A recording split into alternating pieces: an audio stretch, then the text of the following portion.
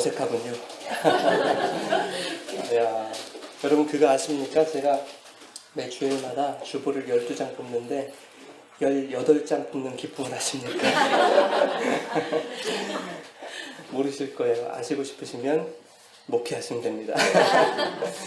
너무 기쁘고 감격스럽더라고요. 네, 멀리서 이렇게 와주셨는데 너무 감사하고요.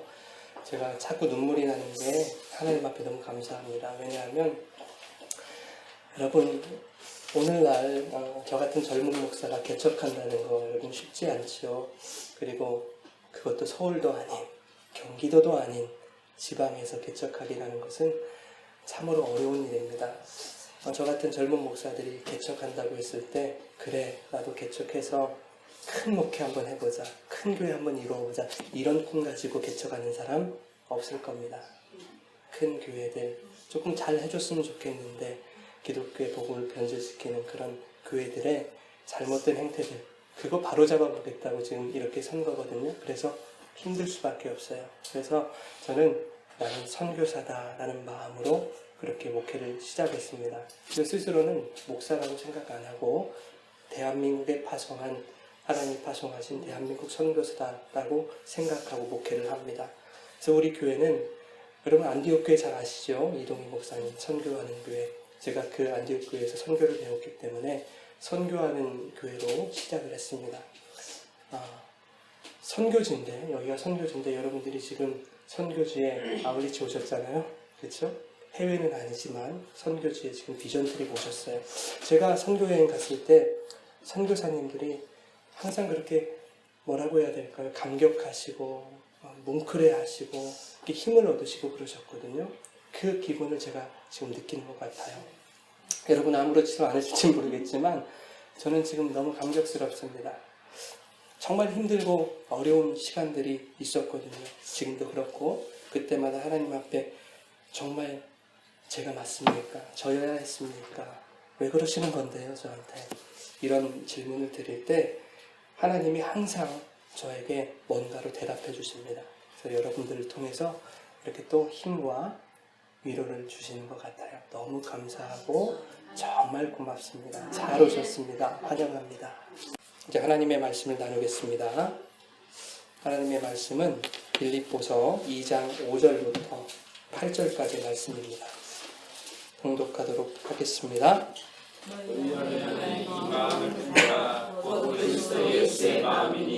그는 근본은 하나님의 본체시나 하나님과 동등됨을 취할 것으로 여기지 아니하시고 오히려 자기를 비워 종의 형체를 가지사 사람들과 같이 되셨고 사람의 모양으로 나타나사 자기를 낮추시고 죽기까지 복종하셨으니 곧 십자가에 죽으심이라. 아멘. 하나님의 말씀입니다. 하나님 아버지와 예수 그리스도로부터 오는 은혜와 평강이 이 예배 가운데 여러분 가운데 함께하기를 주님의 이름으로 축원합니다. 아멘. 오늘은 예수를 따르는 신앙이라는 제목으로 말씀의 은혜를 나누겠습니다. 특별히 오늘 같이 해주셔서 너무 감사하고요. 교회는 다르지만 함께 마음을 모아서 이렇게 예배할 수 있으면 얼마나 감사한지 모르겠습니다. 주님의 크신 은총이 여러분 가운데 오늘 가득하기를 빕니다. 여러분 종교는 상향 종교와 하향 종교로 구분할 수 있습니다. 상향 종교, 하향 종교. 그러면 우리 기독교는 무슨 종교에 속할까요? 딩동댕. 야, 하향 종교라고 대답하시면 전 처음 봤습니다. 대부분 상향 종교다 그렇게 얘기합니다. 대부분 그렇게 얘기해요. 저도 신학교 때 그렇게 대답을 했거든요. 상향이라는 말이 하나님을 우러르고 앙망한다라는 그런 이미지를 우리에게 주기 때문입니다. 그런데 기독교는 하향 종교입니다. 상향 종교, 하향 종교 무슨 뜻일까 한번 우리가 살펴보죠. 먼저 상향 종교가 뭘까? 인간이 이 세상을 살아갈 때 여러 가지 어려움과 문제들을 만나게 됩니다. 내 힘으로 도무지 해결할 수 없는 그런 일들이 우리 가운데 생겨나게 되죠. 또한 내가 이루고 싶고 가지고 싶은 것들이 있는데 내 능력으로 되지 않는 것들이 있습니다. 그랬을 때 어려움과 문제의 해결을 위해서 그리고 내가 원하는 것들을 이루기 위해서 나보다 강력하고 능력이 많은 신에게 구하는 종교가 상향 종교입니다. 그러니까 우리 개신교가 상향 종교 아니냐라고 생각하실 분들이 계십니다. 그런데 그렇지 않습니다. 상향 종교는 신과 거래하는 종교입니다. 신과 딜하는 종교예요.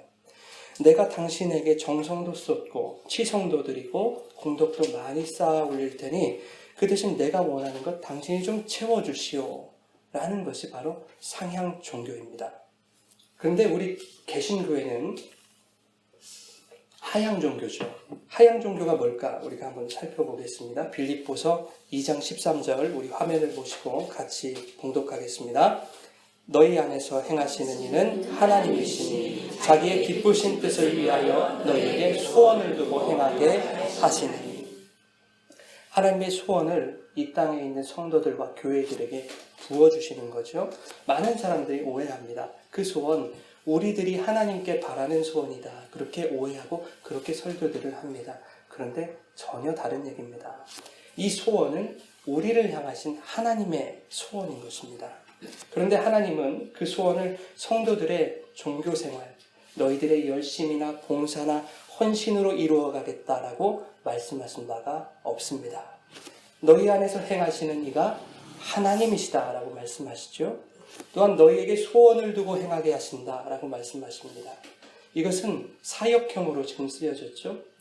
내가 하는 것이 아니고 내 안에서 하나님이 나로 하여금 하게 하시는 것입니다. 그러니 우리 안에 두신 하나님의 소원, 하나님께서 친히 이루어 가시더라 하는 것입니다. 이것이 바로 하향 종교, 우리 교회입니다. 하나님이 계획하시고 하나님이 주관하시고 하나님이 뜻대로 하나님이 주도하여 하나님이 온전히 행하시는 그 종교가 바로 하향 종교, 우리 교회다 하는 것입니다. 하나님의 소원을 우리 가운데, 이 땅 가운데 이루어 가시는 그 종교가 하향 종교, 우리 교회다 하는 것입니다. 하향 종교는 전권이 하나님에게 있습니다. 아무리 헌금 많이 하고 봉사 많이 해도 인간의 열심과 열정으로는, 인간의 종교 생활로는 그 하나님의 뜻과 하나님의 소원을 이루어낼 수가 없습니다. 예수님은 우리에게 이렇게 기도를 가르쳤습니다. 아버지의 뜻이 하늘에서 이루어진 것처럼 땅에서도 이루어지게 하소서. 우리에게 그렇게 기도를 가르치셨습니다. 근데 우리들은 어떻습니까? 우리가 이 땅에서 이루기 원하는 대로 그렇게 하늘에서 응답해 주시면 됩니다라고 하나님 앞에 윽박지르는 것 같습니다. 그것은 하나님의 소원과 정면으로 대치하는 중대한 범죄입니다. 하나님의 사랑이 이 땅의 교회에 집중되고 거부할 수 없는 그 하나님의 불가항력적 은혜가 성도들에게 부어지는 것. 내가 싫다고 해서 하나님의 사랑을 거부할 수 없고 내가 원하지 않는다고 해서 은혜가 나를 비껴가지 않는 그것이 이 세상에서 유일한 하향 종교, 바로 교회인 것입니다. 여러분, 사실 우리 개신교는 종교가 아닙니다. 종교라고 말하는 건 사실 틀린 거예요. 세상이 종교로 분류해놨기 때문에 어쩔 수 없이 그 용어를 우리가 사용하기는 합니다만은 원래 우리 교회는 하나님 신앙, 예수 그리스도 신앙 공동체입니다. 종교라는 것은 하나님께 죄를 범할 수밖에 없는 구조를 띠고 있어요. 그러면 여러분, 이 세상에 종교라는 것이 어떻게 생겨났을까요? 하나님께서 믿음의 조상 아브라함을 부르시기 전에 훨씬 전에도 세계 곳곳에는 이미 수많은 종교들의 흔적이 있었습니다. 아브라함이 살던 그 메소포타미아 지역에도 이미 일월 성신을 숭배하는 종교가 성행했습니다. 오늘날은 어떻습니까? 아직 문명이 발전하지 못한 그런 미개한 땅을 우리는 오지라고 얘기하는데 어떠한 오지를 가더라도 종교가 없는 곳이 없습니다. 하다못해 달밤에 물 떠다놓고 하늘 바라보면서 내 소원을 비는 거죠. 그것이 종교입니다, 여러분. 왜 빌까요? 내 뜻대로 안 되는 게 있으니까. 그럼 뭘 빌까요? 내가 원하는 것 비는 거죠. 그것이 종교입니다. 수천 년 전부터 오늘날에 이르기까지 인간이 누군가에게 빈다고 하는 것, 즉 기도한다고 하는 것, 이거 무슨 뜻일까요, 여러분? 그것은 인간 스스로가 자신보다 강한 힘과 능력을 가진 신이라는 존재를 이미 인식하고 있더라라는 것을 의미하지 않겠습니까? 즉 모든 인간은 과거나 현재나 할 것 없이 신이 있다는 것을 인식하고 살아왔습니다. 그렇다면 인간들은 신의 존재를 어떻게 인식하게 되었을까 하는 겁니다. 그것은 하나님이 이제 천지를 창조하셨을 때 인간을 만드실 때에 당신의 형상대로 만드셨기 때문입니다. 아담이 범죄하기 이전에는 직접 듣고 말하고 느끼고 하나님과 직접 소통이 가능했습니다. 왜 그렇죠? 죄가 하나님의 형상을 가리지 않았기 때문에. 근데 죄를 짓고 난 후에는 그게 불가능해요. 왜입니까? 죄가 하나님의 형상을 가렸기 때문에. 이것이 여러분 하나님의 형상이 훼손되었다는 뜻은 아닙니다. 우리가 흔히 잘못하는 게 있어요. 인간의 죄 때문에 하나님의 형상이 깨져버렸다. 훼손됐다. 이거는 틀린 표현입니다. 하나님의 형상은 훼손될 수가 없죠. 파괴될 수가 없습니다. 온전하고 완벽한 하나님의 형상인 거죠. 그런데 문제는 인간 안에 들어온 죄라는 실체가 필사적으로 발악을 하여서 인간들 속에 있는 그 하나님의 형상에 대한 인간 스스로의 인지력을 상실시키고 무력화시키더라 하는 겁니다. 이렇게 죄라는 것이 하나님의 형상을 가리기는 합니다만은 그럼에도 불구하고 모든 인간 속에는 여전히 하나님의 형상이 들어있다. 인간 안에 존재하는 하나님의 형상은 인간들이 끊임없이 하나님을 찾고 구하고 바라고 갈망할 수 있도록 인간들의 마음을 두드리시고 자극하시는 겁니다. 볼지어다 내가 문 밖에 서서 두드리노니 누구든지 내 음성을 듣고 문을 열면 내가 그에게로 들어가 그는 나로 더불었고 나는 그로 더불어 먹으리라 하신 말씀과 같은 것이죠. 하나님이 우리 안에 두신 그 하나님의 형상은 인간이 신에 대한 인식을 가질 수 있도록 지속하여 인간들의 마음을 두드리고 계십니다. 그래서 그 두드림을 듣고 마음의 문을 열어 죄의 그림자를 물리치고 하나님의 형상을 회복하시기 원하시는 것입니다. 아버지께로 돌아오기를 원하시는 거예요. 자, 이렇듯 모든 인류들이요 신의 존재를 인식하면서 살아왔습니다. 그리고 신이라는 존재가 나보다 강하고 능력이 많다는 것을 인정합니다. 그래서 인간은 신에게 기대는 것이죠. 세상을 살다 보니 내 뜻대로 안 되는 것이 많고 내 능력으로 이룰 수 없는 것이 많습니다. 그런데 꼭 그것을 이루고 싶고 가지고 싶더라 그 말입니다. 인간은. 그래서 인간은 그것 때문에 종교라는 것을 만들더라 하는 것입니다. 나보다 강하고 나보다 능력 많은 신에게 아첨을 해서라도 육적인 욕망과 탐심을 채우고 싶은 것입니다.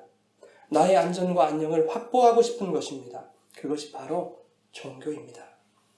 하나님이 모세를 통해 이스라엘을 출애굽하게 하셨을 때 거기에는 종교의 원리가 전혀 작용하지 않았습니다. 종교가 아니었거든요. 이스라엘이 출애굽을 적극적으로 원했습니까? 그렇지 않았습니다. 이스라엘 백성들이 출애굽을 소망하지 않았습니다. 그들이 적극적으로 바랬던 일이 아닙니다. 이스라엘 백성은 오히려 애굽 떠나는 것을 염려했습니다. 애굽 군대가 홍해 앞까지 추격해오자 그들이 어떻게 반응했습니까?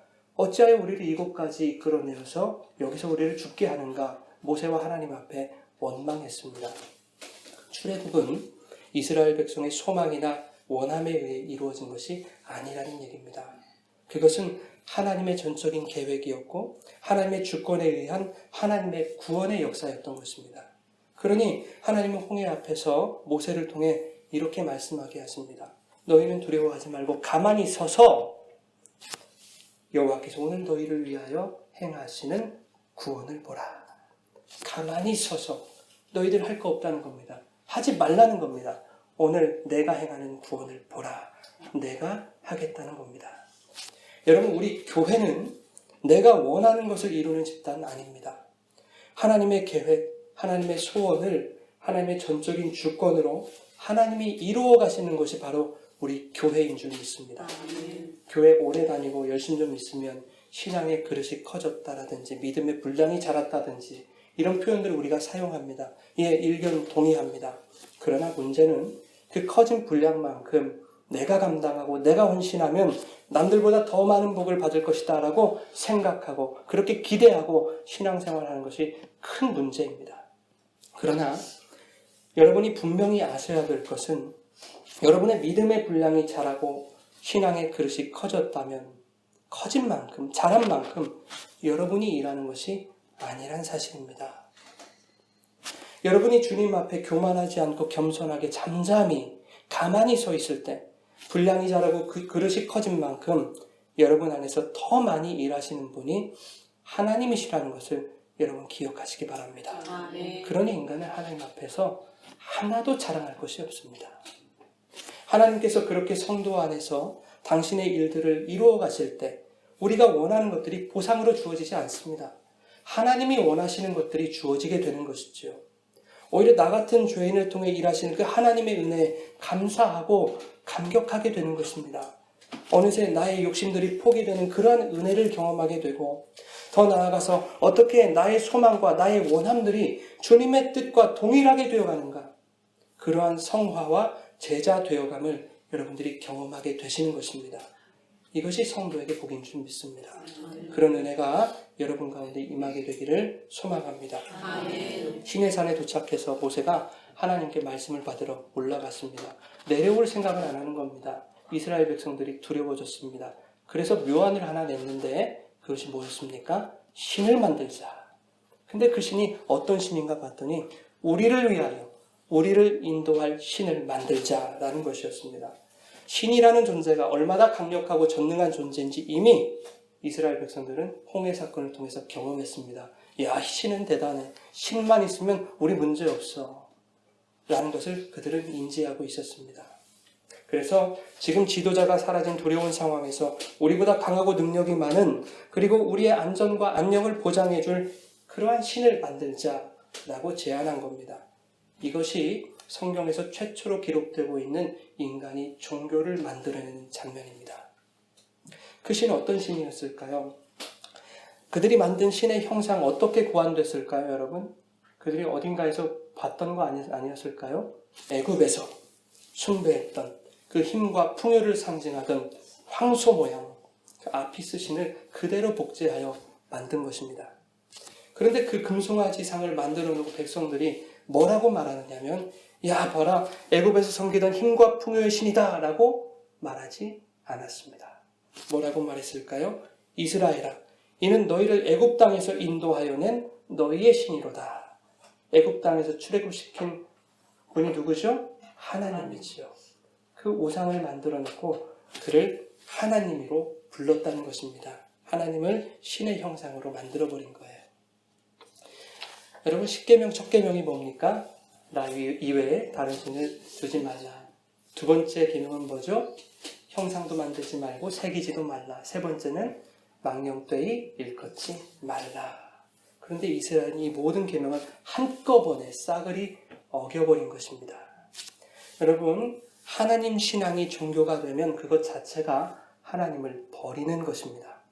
여러분의 신앙생활이 종교생활 되지 않기를 바랍니다. 여러분, 대부분 사람들이요, 남들보다 더 가지기를 원하죠. 안 그러신 분? 솔직하신 분들만 왔어요. 감사해요. 남들보다 더 높아지기를 원하죠.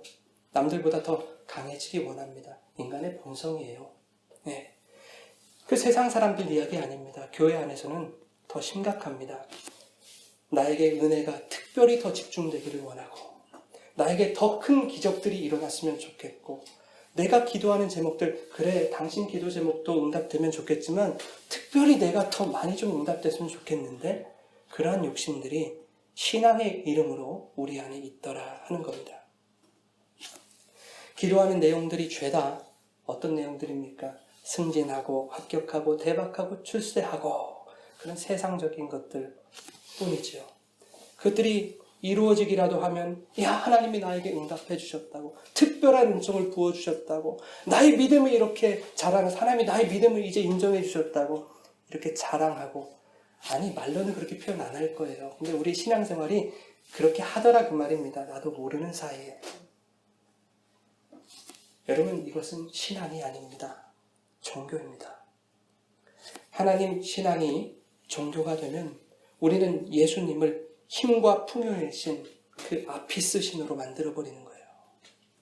그렇게 되면 우리는 예수님을 나의 안전과 안녕을 보장해줄 보험 정도로, 혹은 내가 원하는 삶을 보장해줄 도깨비 방망이 정도로 보게 되는 것입니다. 예수가 이 땅에 오신 이유와 목적을 보지 못하고, 예수를 이용해서 이 땅에서 어떻게 하면 더 부자로 살까, 더 편안하게 살까, 더 호의호식가 할까, 이것만을 생각하게 됩니다. 예수 안에 있는 생명을 사모하지 않고 예수라는 능력자가 나에게 일으켜줄 그 기적에만 집중하게 되는 것입니다. 아주 오래전에 학생 때 들었던 설교가 기억이 납니다. 내용은 다 잊어버렸고요. 그 목사님의 한마디 외침이 기억납니다. 여러분, 무리가 되지 마십시오. 제자가 되십시오. 라는 말씀이었습니다. 예수님 주위에는 수많은 무리들이 있었습니다. 그들이 예수님을 따랐던 이유, 예수님을 찾았던 이유가 뭘까요? 기적 때문에. 기적 때문에 그랬습니다. 그러나 예수님은 기적을 위해 오신 분이 아니죠. 오히려 기적을 따르기 원하는 자들에게서 예수님은 떠나가십니다. 요한복음 6장 말씀에 보면 오병이어 기적이 나옵니다. 기적을 다 마치시고 어떤 일이 일어납니까?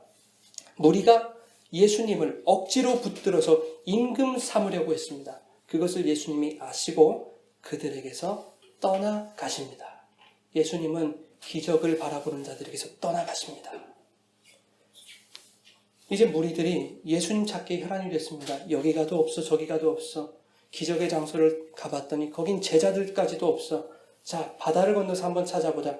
그 열심을 가지고 예수님을 찾아 바다를 건넜습니다. 드디어 예수님을 발견했습니다. 아니, 언제 여기까지 오셨어요? 그 무리들에게 예수님 뭐라고 말씀하십니까? 너희가 나를 찾는 것은 표적을 본 까닭이 아니요 떡을 먹고 배부른 까닭이다. 나는 육신의 배를 불리는 그러한 기적을 행하러 온 사람이 아니다라는 것입니다. 내가 온 것은 표적 때문이다. 그 표적의 내용이 무엇인가? 예수님이 요한복음 6장 말씀에서 직접 이렇게 말씀하십니다. 우리 함께 봉독하겠습니다. 예수께서 이르시되 나는 생명의 떡이니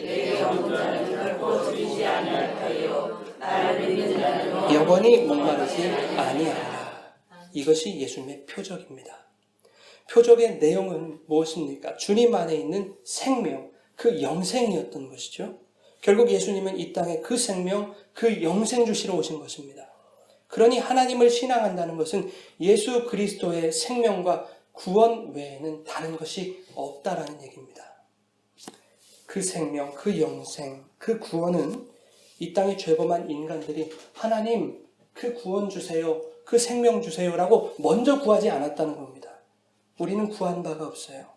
그러나 하나님이 이 죄인들을 사랑하셔서 어떻게 사랑하셨다고 여러분? 이처럼 사랑하셔서 독생자 예수님을 생명으로 먼저 주신 것입니다. 하나님이 원하셔서 하나님의 소원대로 하나님이 행하신 것입니다. 이것은 종교가 아니지요. 이것은 사랑입니다. 달라고도 안 했어요. 생각도 못했어요. 그런데 사랑하니까 모든 것을 줘버리는 거예요. 이것은 종교가 아닙니다. 요한일서 4장 19절 우리 같이 한번 읽겠습니다. 우리가 사랑하는 그가 먼저 우리를 사랑하였습니다. 아멘. 이 거부할 수 없는 사랑, 이 불가항력적 은혜가 이미 창세 전부터 저와 여러분에게 주어진 줄 믿습니다. 누가복음 17장에서 예수님이 10명의 나환자를 고쳐주시는 장면이 나오죠. 그들 모두가 깨끗함을 받았습니다.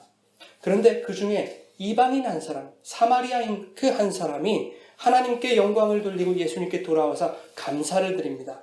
그랬을 때 예수님이 그에게 이렇게 말씀하시죠. 일어나 가라. 내 믿음이 너를 구원하였다. 비로소 구원이 선포된 겁니다. 여러분, 나에게 어떤 기적이 일어났다고 해서 그것이 나의 구원으로 이루어지는 것은 아닙니다. 나병을 고침받은 그 나머지 9명에게는 구원이 선포되지 않았습니다. 병을 고침받았을지는 모릅니다. 그러나 그들에게 구원이 주어지지는 않았다는 것입니다. 오늘날 교회 안에서도 수많은 기적이 일어납니다. 사람들이 그 기적들 앞에 열광합니다. 나도 그 기적의 대상이 되기 위해서 혈안입니다, 여러분. 기적을 쫓아다닙니다. 그러나 과연 내 믿음이 너를 구원하였다라고 하는 그 주님의 음성이 그 기적의 대상들에게 들려질지는 의문이라는 것입니다. 여러분, 출애굽을 한번 생각해 보세요. 하나님은 홍해 사건을 통해서 이스라엘에게 구원을 주시기 원했던 겁니다. 그런데 구원의 그 표적을 깨닫지 못하고 홍해의 기적에 집중하면 어떤 일이 일어납니까? 하나님을 내 눈앞에 우상으로 만들어버리는 것이에요. 금송아지. 내 눈앞에 두고 억지로 임금 삼는 일을 자행하게 되더라 하는 것입니다. 기적에 눈이 멀면 하나님을 우상 삼아버리는 것입니다. 여러분, 제자는 예수님의 기적을 따르는 자가 아니라 예수를 따르는 자입니다. 예수님의 사명을 따르는 자이고 예수님의 길을 따르는 자입니다. 이 세대의 허탄한 것들, 사람의 정욕을 따르지 아니하고 표대를 향하여 예수 그리스도 안에서 하나님이 위에서 부르신 부르심의 상을 위해 달려가는 자들, 그들이 바로 제자들입니다. 하나님이 아브라함을 부르시고 모세를 부르신 것은 그들에게 뭔가 특별한 혜택, 아주 특별한 이득을 주시려고 부르신 게 아닙니다, 여러분. 하나님이 위에서 부르신 부름의 상을 위해 달려가라고 부르신 거지요. 젖과 꿀이 흐르는 가나안 땅으로의 부르심이었고, 영적 가나안 땅인 그 하나님 나라로의 부르심을 향해 달려가라고 그들을 부르신 줄 믿습니다. 그와 마찬가지로 하나님은 오늘 우리에게 또한 종교가 아닌 하나님 신앙 안으로 우리를 부르시고 계십니다. 그 사랑 안으로 우리를 부르시고 계십니다. 기적이 아닌 표적, 예수의 생명과 영생, 그분의 구원에 집중하시기를 원하시는 거예요. 무리가 아닌 제자가 되어서 예수님을 따르기 원하시는 겁니다. 기적을 따르는 것이 아니라. 그렇다면 성경이 우리에게 말하는 그 표적의 내용에 집중한다는 것, 그리고 표적을 따르는 제자들의 삶이 어떠해야 되는지 우리가 살펴봐야 될 것 같습니다. 앞서 요한복음 6장 말씀에서 표적은 무엇이었습니까? 영생, 구원, 생명, 곧 예수 그리스도를 의미하는 거 아니었습니까? 요한복음 5장 39절에 이렇게 말씀합니다. 함께 봉독하겠습니다. 너희가 성경을 연구하거니와 이 성경이 곧 내게 대하여 증언하는 것이니라. 아멘. 무슨 뜻입니까, 여러분? 성경은 우리에게 영생을 주시는 것이다 라고 말씀하고 있는 것이고, 그 영생을 주신 성경은 모두 나에 대해서 기록된 것이다 라고 말씀하고 있는 것입니다. 신약은 그럴 수 있다고 우리가 생각할 수 있죠. 그런데 많은 분들이 근데 구약에서는 예수님에 대해서 우리가 언급한 부분이 없지 않는가 이렇게 생각합니다. 예수님에 대해서 언급을 하더라도 상징적으로 잠깐 이렇게 언급을 했죠. 그러나 예수님도 이렇게 말씀하세요. 요한복음 5장 46절 함께 읽겠습니다. 믿었더라면 또 나를 믿었으니 이는 그가 내게 대하여 기록하였습니다. 아멘. 여기서 모세라는 것은 구약의 말씀을 의미하죠. 너희들이 구약의 말씀을 진리의 말씀으로 믿고 있다면 나 예수를 믿는 것이 당연하지 않겠는가? 왜? 구약의 말씀이 모두 나에 대해서 기록된 거거든 예수님이 직접 말씀하신 것입니다. 제가 왜 이 말씀을 드리는가 하면 예수께서 친히 내가 이 성경을 통해서 그 생명과 영생과 구원에 대해서만 그리고 나 예수에 대해서만 친히 기록하였다라고 말씀하시는데도 불구하고 오늘날 교회 다니는 수많은 성도들 그리고 성경을 가르치는 수많은 목회자들이 본질에 집중하지 못하고 나타나고 드러나는 현상, 그 기적들에만 관심을 갖고 있기 때문입니다. 이 하나님 신앙을 종교로 만들어버리더라 하는 것입니다. 교회가 이 성경을 통해 가르쳐야 할 것, 성도가 성경을 통해 배워야 할 것이 뭘까요, 여러분? 에베소서 4장 20절 말씀 우리 함께 읽겠습니다. 오직 너희는 그리스도를 그같이 배우지 아니하였느니라. 이 말씀 이전에 어떤 내용이냐면 너희들이 마음에 허망한 대로 행하였고 방탕하게 행하였고 또 모든 더러운 것을 욕심으로 행했다. 그리고 하나님의 생명에서 떠나 있다 라는 내용이 그 위에 기록되고 있는 거예요.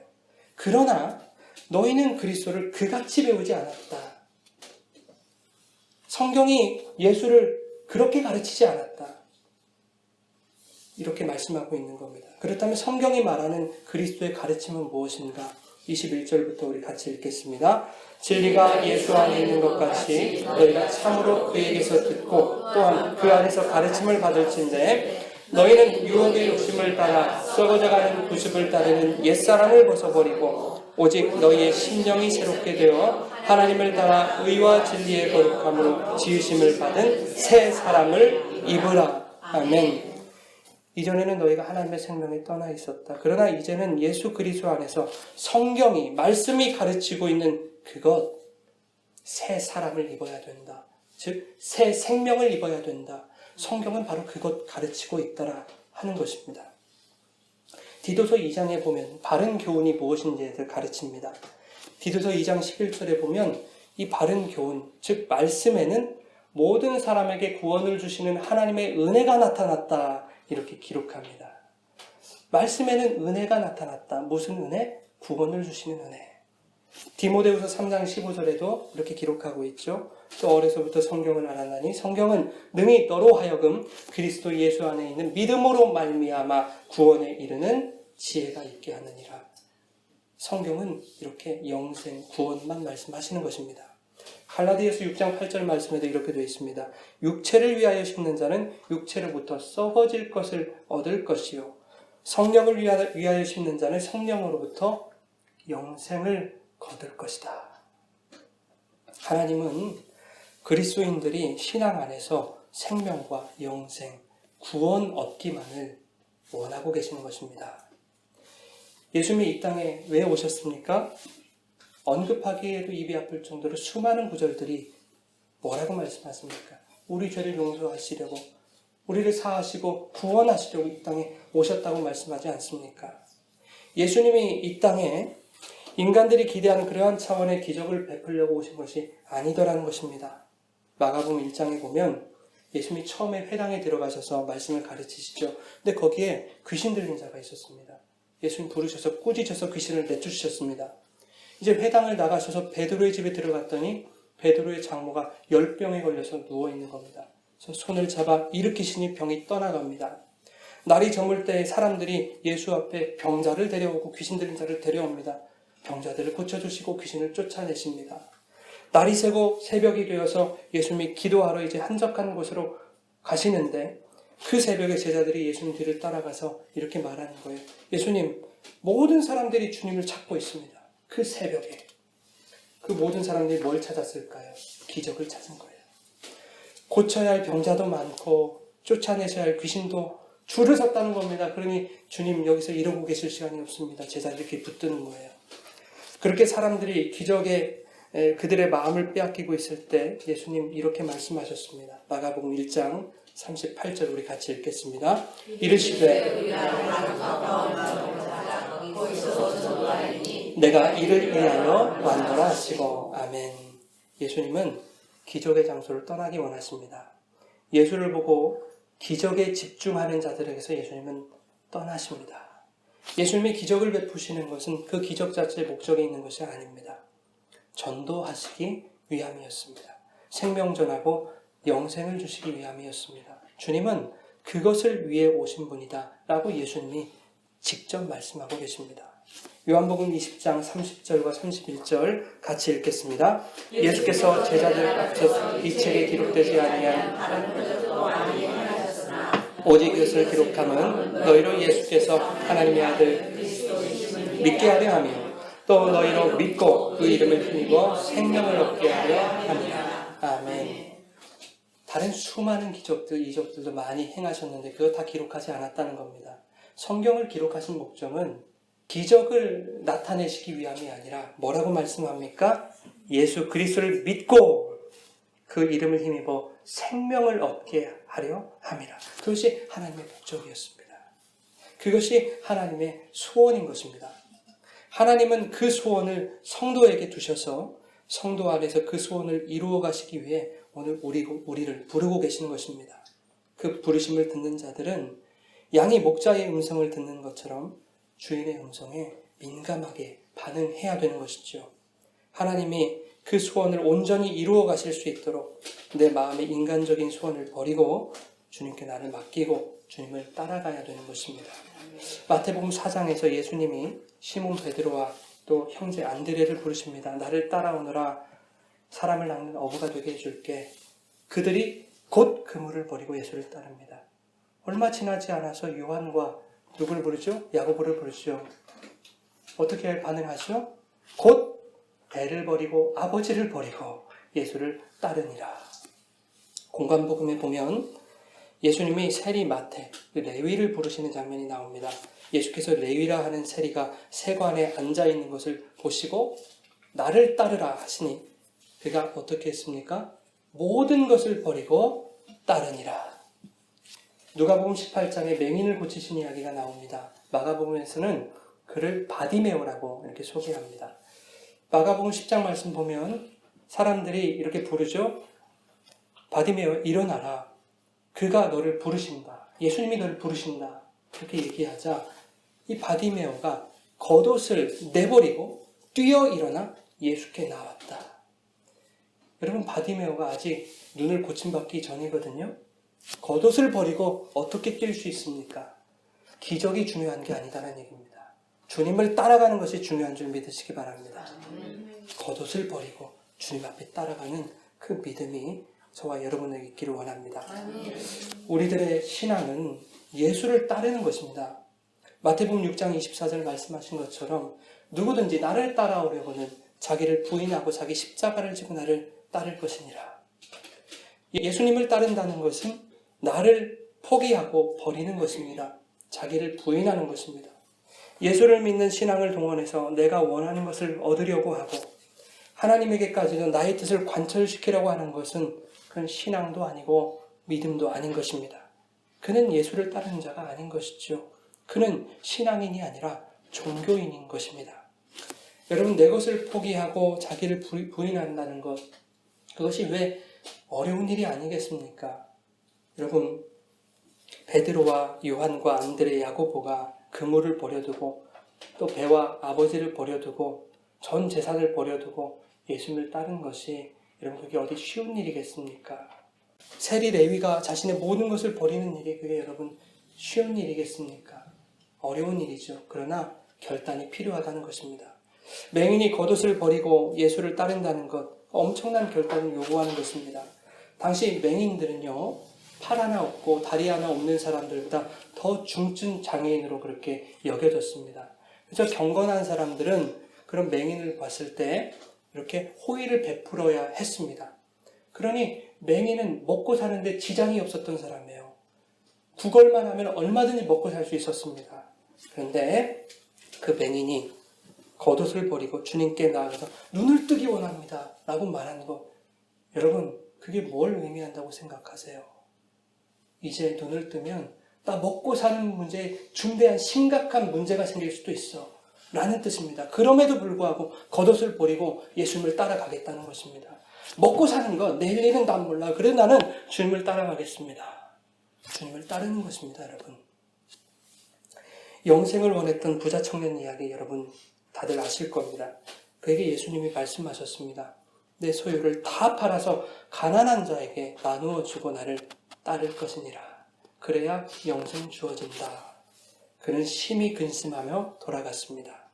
여러분, 내 것을 포기하지 못하면 우리는 주님을 따를 수 없습니다. 내 뜻을 포기하지 않는 것은 신앙을 포기하는 것과 같습니다. 하나님의 본체이신 예수님은 하나님과 동등됨을 취할 것으로 여기지 아니하시고 오히려 자기를 비워 종의 형체를 가지셨고 그렇게 사람과 같이 되셨습니다. 신이 인간이기를 자처하신 것입니다. 사람이 개, 돼지가 되겠다는 것보다 더 참담하고 비극적인 일 아니겠습니까? 하늘의 모든 권세와 영광을 다 가지신 분이 그 모든 것을 포기하셨습니다. 자기를 부인하셨습니다. 그렇게 자기를 부인한 결과 예수에게 주어진 것은 십자가였습니다. 인기와 명성과 부귀와 영화가 주어진 것이 아니라 십자가의 죽음이 주어지더라. 그런 예수님의 자기 부인과 십자가 지심은 무엇으로부터 비롯됐습니까? 하나님 뜻에 대한 복종이었습니다. 자기를 낮추시고 죽기까지 복종하셨으니 곧 십자가의 죽으심이라. 여러분, 주님을 따르는 우리의 삶에도 이와 같은 복종이 일어나기를 원합니다. 나의 인간적인 생각과 세상적인 탐심이 버려지는 은혜. 주님, 나는 주와 함께 죽었습니다 라고 고백하는 자기를 부인하는 그 은혜. 주님이 내 인생의 주인이 되어주십시오. 이렇게 나를 완전히 드리는 그 완전한 복종. 저와 여러분들에게 오늘 일어나기를 축원합니다. 너희 안에 이 마음을 품으라. 곧 그리스도 예수의 마음이니. 이 예수의 마음이 어떤 마음일까요, 여러분? 자기를 부인하고 십자가 지는 마음입니다. 우리가 그리스도를 따르는 주의 제자들이라면 자기를 부인하고 십자가 지는 이 예수의 마음이 우리 안에 있어야 될 줄 믿습니다. 예수님이 12살 되던 해에 이제 마리아와 요셉이 절기의 관례를 따라서 예수님을 데리고 예루살렘에 올라갔다 내려오시는 길에 예수님을 잃어버렸습니다. 근데 마리아와 요셉 참 대단한 사람인 것 같아요.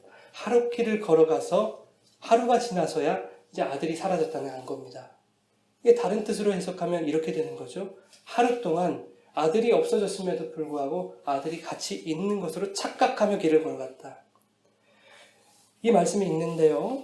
이 내용의 분위기와는 사뭇 다른 의외의 울림이 저에게 있었습니다. 어떤 것이었냐면 오늘날 그리스도인들의 모습이 이와 같지 않은가. 교회를 다니고 신앙생활 열심히 잘하는 것 같지만 정작 그들의 삶에 예수가 사라져버린 것은 아닌가.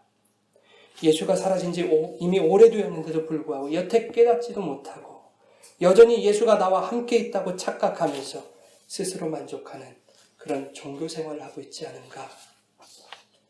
저와 여러분 어떻습니까? 우리 안에 정말 예수님이 계십니까? 아멘. 너희 안에 이 마음을 품으라. 자기를 부인하고 십자가 지는 이 예수의 마음을 품으라. 이렇게 말씀하시는 이 예수님이 과연 저와 여러분의 신앙 속에 주인으로 계시는지 여러분 점검해봐야 될 줄 믿습니다.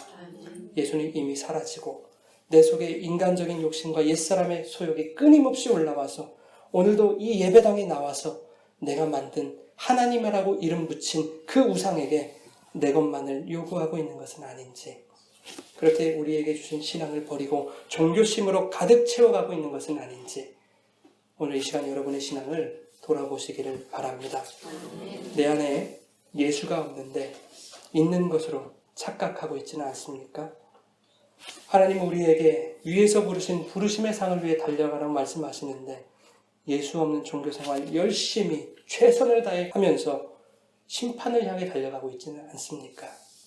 하나님이 주신 이 신앙을 오늘 내가 종교로 변질시키고 있지는 않습니까? 만약 그러한 자신의 모습이 발견되어지신다면 오늘 이 시간 예수의 마음을 품고 자기를 부인하고 십자가 지는 그 예수의 길을 따라가는 진정한 제자의 삶, 참된 신앙의 모습을 회복하게 되는 저와 여러분 되기를 주님의 이름으로 축원합니다. 아멘. 그렇게 회복하는 삶이 참 힘들 겁니다, 여러분. 나를 버리고 부인하는 삶이, 십자가 지는 삶이 참 힘들 겁니다. 그런데 구하는 자에게 성령이 임할 줄 믿습니다. 아멘. 성령 부어주셔서 능히 그 삶을 감당하게 하실 줄 믿습니다. 그 주님과 동행함으로 여러분 승리하는 인생 되시길 주님의 이름으로 축복합니다. 아멘.